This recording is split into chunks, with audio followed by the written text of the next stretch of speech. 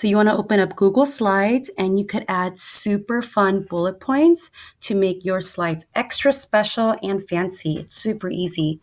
All you have to do is select the bullet points, select the right click button, and these are some generic bullet points that you can choose from. Okay.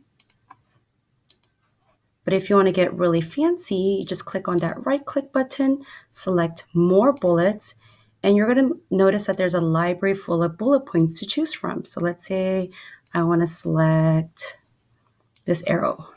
Okay, and I just select that X. But if I want to be even more fancy, I select more bullets again, and this time I want to choose apple. I want to choose that green apple and select. There we go. Or if I want to choose, let's see, more bullets, I want to choose rainbow.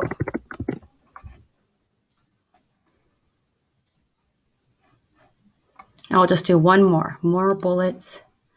I'll do smile.